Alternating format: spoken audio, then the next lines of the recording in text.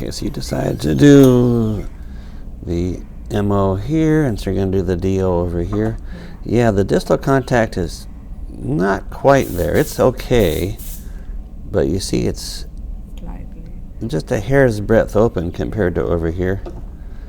So maybe I would have decided to do the MO here instead. Anyway, we can still work. Okay, so what more are you going to do here, and how things going so far? The gingival seat, I have to flatten it up. Yeah, and don't go any deeper gingivally, huh? Yeah. So the gingival level that you have right here is the deepest, and that's too far. Yeah. So don't make anything else deeper than that. Yeah. But you see, you didn't find the corners here. You didn't work with your corners, Yeah. and then just gently remove the excess at these walls.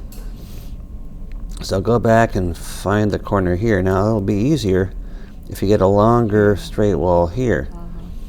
So I would you're a little bit acute here at the exit angle there. So move the margin out a little bit farther and then recut that angle in at a 90-degree angle. Okay. Get far enough in, then make the curve, and then it's going to be easier to find the corner. Okay. If you start curving too soon, too close to this outside surface, makes it hard to find the corner over here. Yeah. You're overextended, but you're going to have to go a little farther to get a perfect 90-degree angle. Okay. And then go back and make those corners, and then you'll find it easier to go gingivally. Okay. But again, your gingival clearance right now is 1 millimeter already. Yeah. Now over here, your isthmus and dovetail looks kind of like a banana. We want it to look more like a foot. Okay. So you lost the heel. Okay. So the heel should be about right in here. You Yeah. barely included the pit. Okay. But if you make a wall coming along here and then make more of a heel shaped here, Yeah. it'll probably work a little bit better. Okay. But when you let the isthmus just sort of slide out into the facial groove, Yeah. a lot of times people miss that pit. Yeah. Okay. Okay, so we're coming along all right. Okay. And then, so here's your 13. Yeah. Okay, so what did you notice? Okay, I'm going to check it again later, but when I do, you're going to have the workbook with the evaluation page out, so you can tell me what you noticed Sure. based on what you wrote down yesterday. Okay? Okay, and so you're doing 3, and 14 has a good proximal contact on the distal, so that's good. Okay, so you're leaning your burr distally a lot. Okay, so your burr is leaning distally like this. So toward the mesial side, you're getting really shallow. So the depth at the dovetail here is still short. See, it's only half the burr. That wall is short. So I would probably go a little farther distally, make sure you include that pit, get a little bit farther past the pit, and then check the height. Okay. And if you get it to 1.5 where that wall is, then keep the burr vertical all the way back to the contact. Okay. If you lean it this way, then it gets really shallow, and then when it gets shallow, these walls get really short. And then it's easy to overextend when you have a short wall. You were talking before about making an irregular margin. Okay, this is a good example of that, right? Now notice that the facial margin is a lot lower than the lingual margin. That's because the isthmus got shifted lingually. So if we're doing this prep, you might look along the central groove this way and make sure the burr is right on top of the central groove, so it's extending equally facially and lingually compared to where the central groove is. Okay? Then this wall won't be that much taller than this wall over here. Right. Then again, with the burr more vertical, extend right to the middle of the contact. If the burr is vertical, it's going to be more horizontal floor right to the middle of the contact. Then find your facial lingual margins. Then find your exit angles coming in. Okay. All right, and so 13. Okay, so I'm interested to see what errors you noticed on 13. My exit angles are way. Well, let's start at the top. Okay. So what do you have written down at the top? It's not as deep. Not as deep as what? The depth of the cavity. Well, let's just say the height of the wall at the marginal ridge, which is the shortest wall, Yes. is way, way, way too short. Mm-hmm. Okay, it's only 0.5 millimeter. So your pulpal floor is way underextended. Now, the position of your wall at the marginal ridge is not too far off, but it's hard to tell what's going on because everything's so short, everything's so shallow. So make sure you're really happy with exactly where you are pulpally, all the way to the marginal ridge, all the way to the margins, all the way in from there. Keep that pulpal floor established well from the beginning. Okay. And then go gingerly. Yeah. Yes. Yeah, make sure you have the pulpal floor beautiful. Make sure the entire occlusal is beautiful, including the pulpal floor position and the height of all the short walls before you try to go gingerly. Okay, and then, so what else did you notice?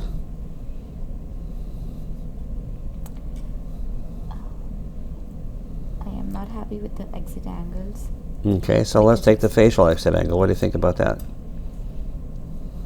Is it amalgam or composite prep? It is an amalgam prep, but it is way obtuse for it to be. Okay, that's a little bit obtuse. 90 degrees would probably be more like this. So you are a little bit obtuse there. What Yes. about on the lingual side? There is a hook. Yeah, how about that? Is that written on your sheet? Yes. Okay. And of course, it'd be nice to learn how to remove that hook. Okay. But I'm glad you noticed it. Yes. Because that's a pretty big error, isn't it? That's an automatic failure. A lot of undermined enamel in that hook. Now again, when you're working on the lingual wall, don't have the burr leaning lingually. Keep it more vertical. Then look this way and just trim off that hook. You know, part of going gingerly is to find the corners, cut away from that wall, and then get rid of the excess, all the way along that wall to the margin. In this case, you have enough clearance so you can use the burr all the way to the margin and get rid of the hook that way. Now, if there's a little bit left, and actually there is, then use a hand instrument. One stroke, shave it off, then you're fine. What else did you notice?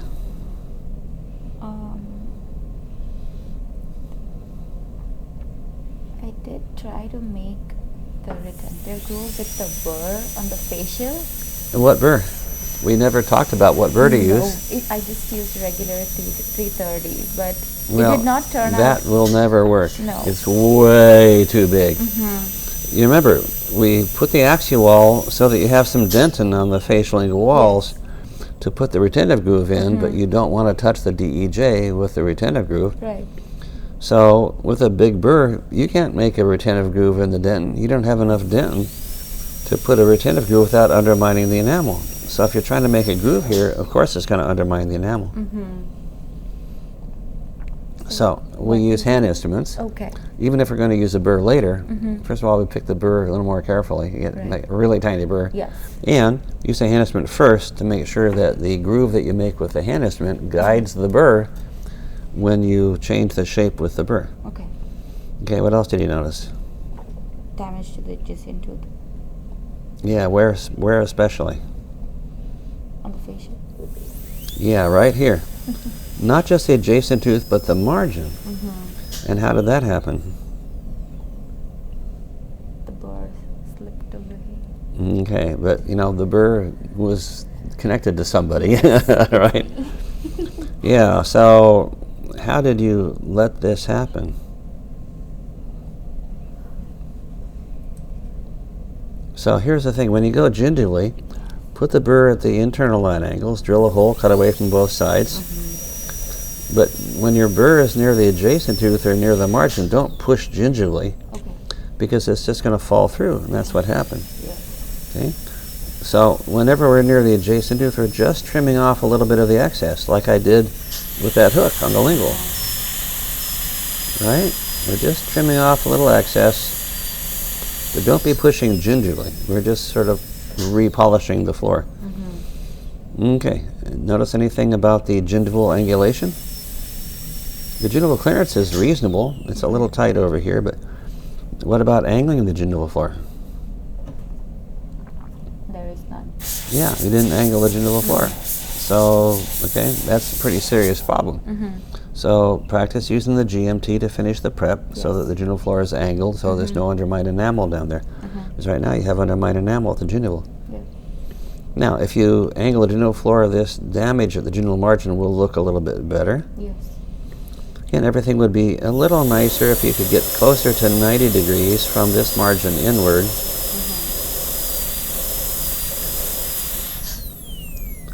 And now that funny retentive groove sort of disappeared. Now it's a corner. But now you can see how deeply your damage goes gingially. You'd have to angle quite a bit there. If it were composite prep, you'd make a really big gingival bevel in order to blend the bevel into that damage that you have there. But of course, it's still going to have the damage on the adjacent tooth. Now we grade the damage on the adjacent tooth based on if it can be recontoured and have a natural contact with the amalgam restoration or the composite restoration. In this case, it probably can be if you are very careful. But the problem is, it's hard to recontour the adjacent tooth. It takes a fair amount of skill to do that without damaging your prep. If you have the skill to recontour the adjacent tooth without damaging your prep, then you wouldn't have damaged the adjacent tooth in the first place. In the first place, yes. Right? Okay, so that's thinking. All right, so keep working on your MO.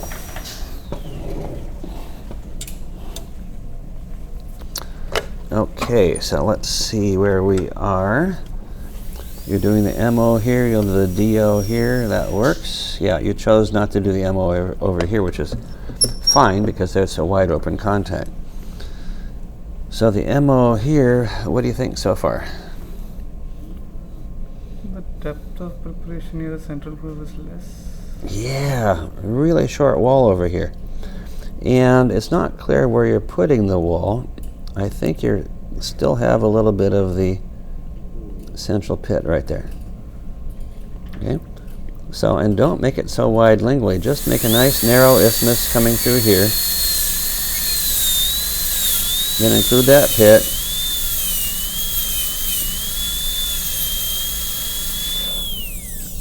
Extend into the facial groove. Over here you're going to have to connect a little bit more up this direction. But then get the wall height.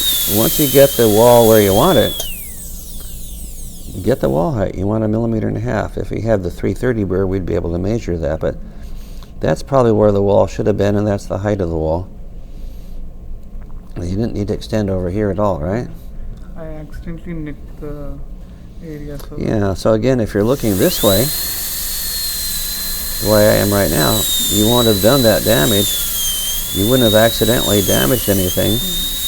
But look in the monitor so you can see what direction I'm looking, right? I want to see the way you hold the mirror. So That you can do, and as soon as you see that, look to see the value of that position of the mirror by looking to see what I'm seeing in the mirror, right?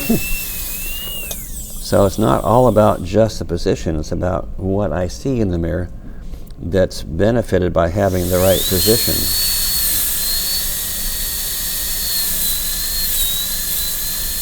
Okay, so, but that's where the isthmus could have been. If I'm looking this way, then I can control everything I need to there.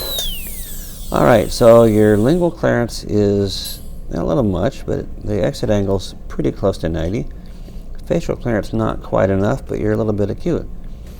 So move the margin out facially, recut a 90-degree angle inward, and then you'll have the facial lingual walls ready to extend gingially. But get a little more work on the occlusal outline, especially on the facial, so you know exactly where those corners are so that you can go gingially with the most control. When you flatten, you won't have to go very much farther gingially, just flatten the gingival floor, get rid of the excess of the gingival margin. You'll have the gingival clearance that you need. Okay, so coming along, now what did you observe on 13? the clearance is less. The facial one is very obtuse. Okay, yeah, that's pretty obtuse. 90 degrees would be about like this, wouldn't it? Yeah. Okay, what else? The isthmus is wide. Not really. It's not wide here. Okay, if you're, it's wide over. You have a lot of width here because of this, the outline form on the lingual area here. Okay, but what else did you notice? Clearance. Where? Towards the fascia, I think it's slightly less. No, you got tons of clearance here. Between the contacts. I don't know what that means. So we have three different clearances that we're going to be looking for. There's the facial clearance, the lingual clearance, and the gingival clearance. Gingival clearance. Okay, so specify. It's right on the sheet there. It should say gingival clearance, then you say UX, underextended gingival clearance. Okay. Now, if you wanted to go gingivally farther, what would you do before you went gingivally? And of course, you do want to go gingivally farther. So, before you try to go gingivally, what are you going to do? You're going to change your exit angle on the facial, which you noticed was too obtuse. So at the pulpal floor level, you're going to try to change it so it's closer to 90. Make a nice flat wall, a nice clear direction. That's pretty close to 90. Since your margin's in the corner of the tooth, the direction of the enamel rods, the 90-degree angle changes pretty dramatically around that corner, so it makes it more difficult. On the lingual, you have the burr leaning lingually instead of keeping it vertical. So that made it a little bit harder for you to determine the exit angle and also to get the clearance lingually at the gingival part of that wall. The more you lean lingually, the more the gingival clearance, the gingival part of the wall is still stuck in the contact. Keep the burr more vertical, and then when you find the margin and go gingivally, the gingival part of that wall is going to get clearance a lot more easily. So now we're getting more lingual clearance toward the gingival part of that wall. Now you go gingivally using the corners. Here's the corner over here. So now that we flattened the facial wall a little bit and defined it a little bit more, now we come down that wall and then cut away from that wall. Do the same thing over here.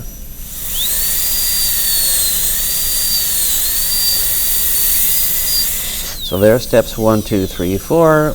Get rid of the excess and repeat the 7 steps until you get gingival clearance. Okay, what did you notice at the top of the evaluation page about the height of this wall right here? It is insufficient. So you're saying this is a short wall here? Yeah. So you're saying it's underextended pulpally? Yeah, slightly. Okay, well let's measure it. So we can measure it with the 330 burr, right? So let's put the 330 burr in here and take a look.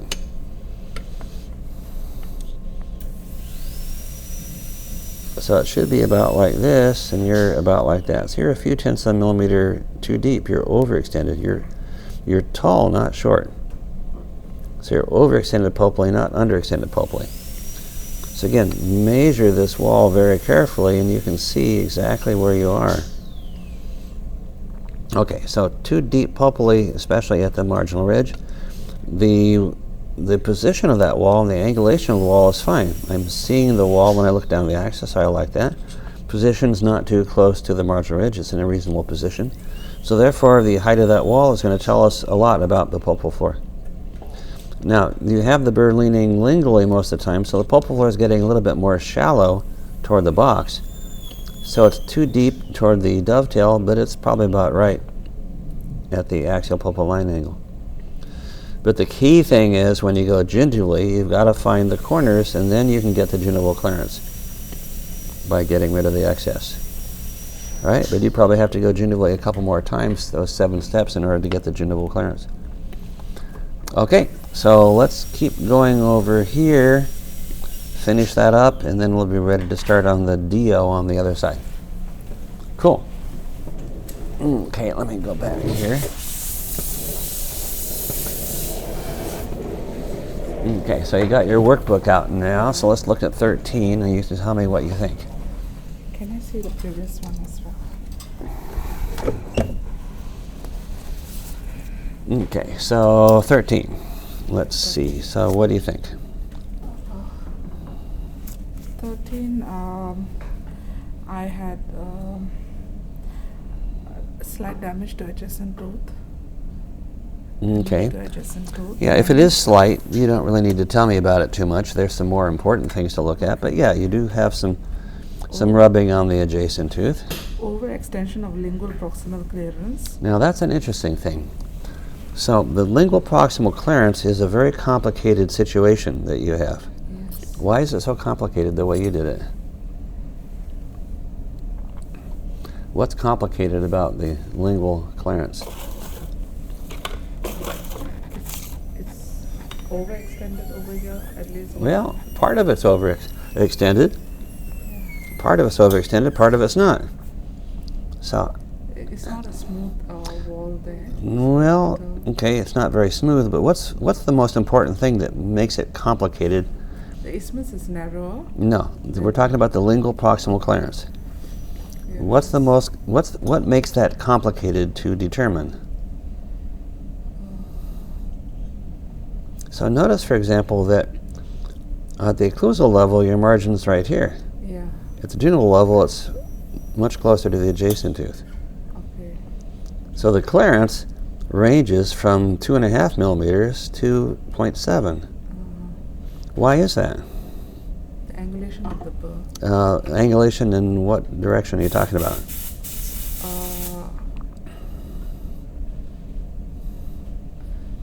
Okay, normally we refer to that as the vertical angle of the burr. Okay, so the burr was not vertical at all. Yes. It was leaning lingually. Yes. See all that? Yes. So now, when somebody leans lingually, now, if they're looking this way when they're doing the prep, Okay. before you start cutting anything, check this way and make sure you have the burr vertical. Sorry, check which way. So look this way, so you see that the burr is vertical. You're looking in the monitor? Yeah.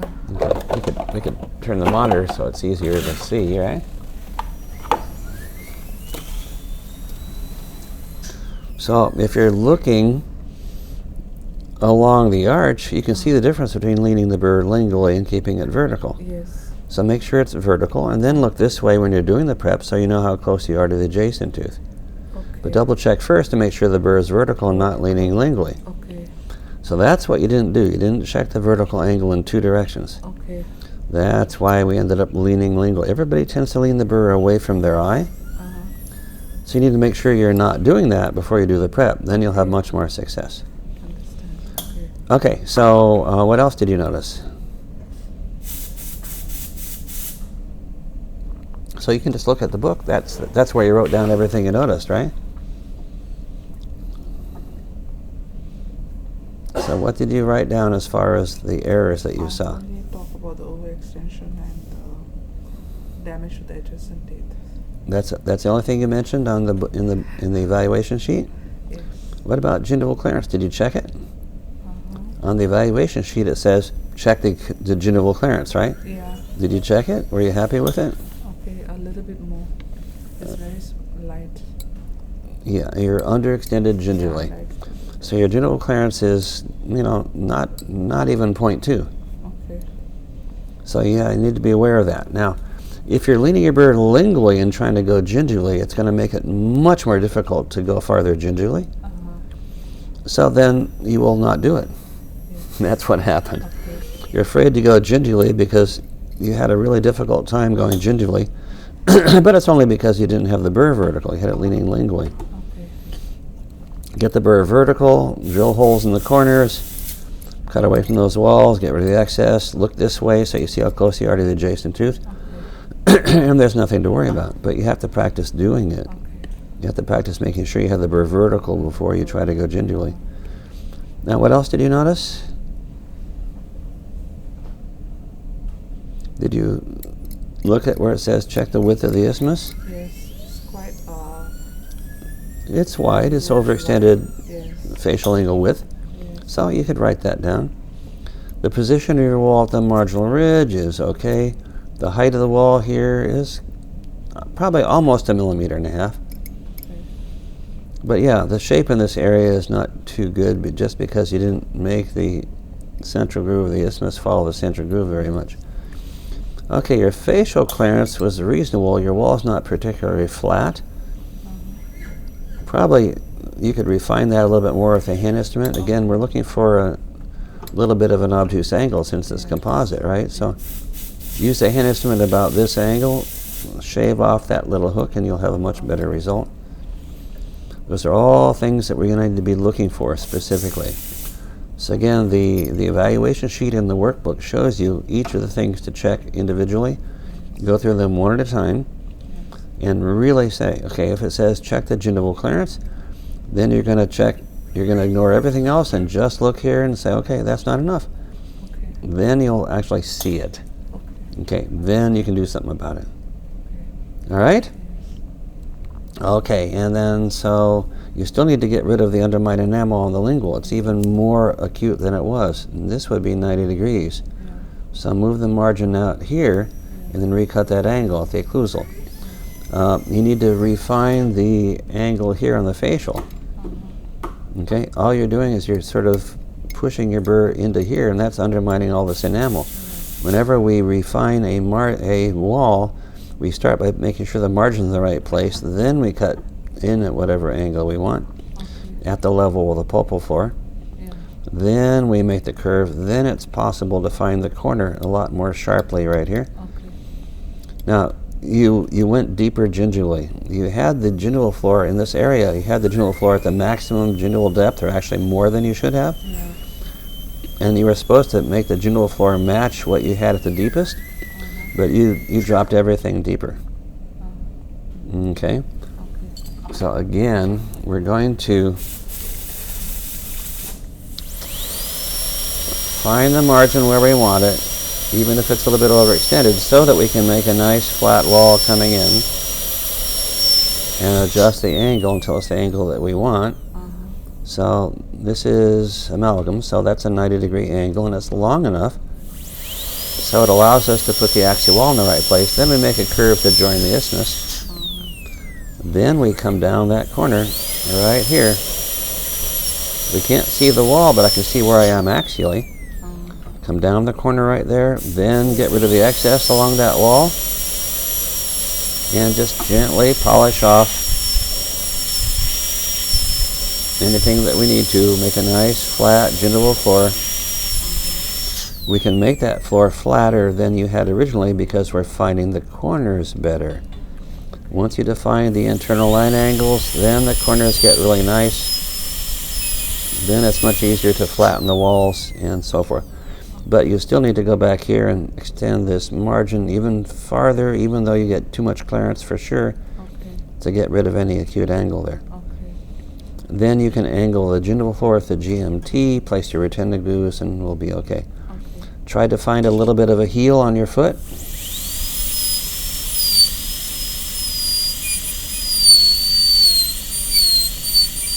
So I can see where you modified that a little bit, but there's a little bit more definite heel. All right, so do a little bit more on the lingual, and then see if you can finish it with the hand instruments. All right?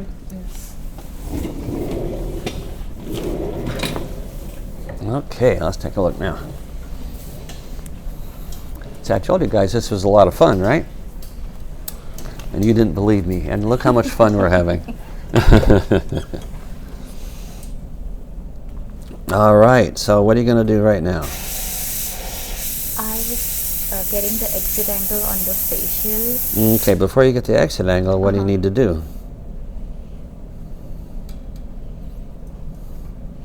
What do we do before we find an exit angle? Where does the exit angle start? We get the clearance. Okay, it starts at the margin. So you don't really have a margin here yet. Yes, no. Okay. So let's get closer. Will this burr go in a little farther? Yeah, just a little bit. So let's get the burr closer to the adjacent tooth while we move that margin out facially a little bit more. It's such an advantage to have the burr closer to the adjacent tooth. Normally we would have done that with the 330 burr to start with. So you can see now we're going to get reasonable clearance. Now we have a place to start when we're cutting our exit angle inward.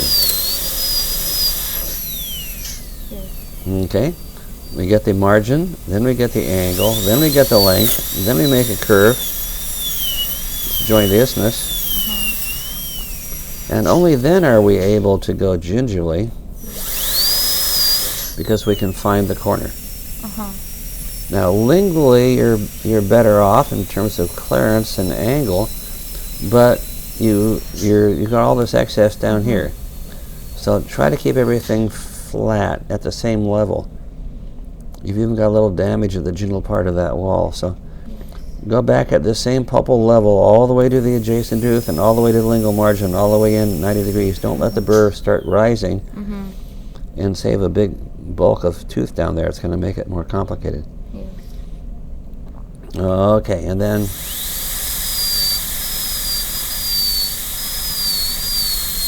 we may want to make that foot shape dovetail. Make sure we include that pit.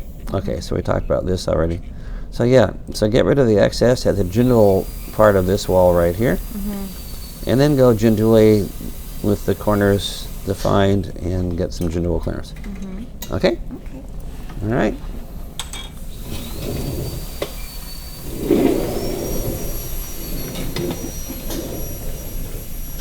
Okay.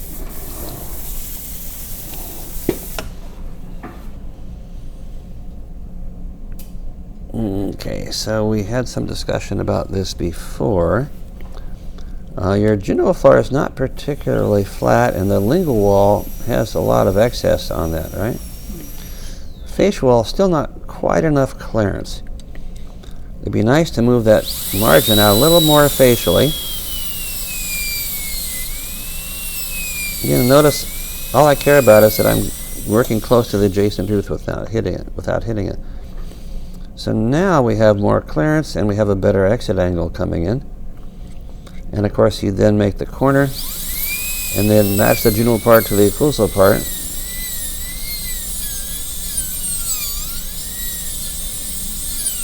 As close as you can get to the margin.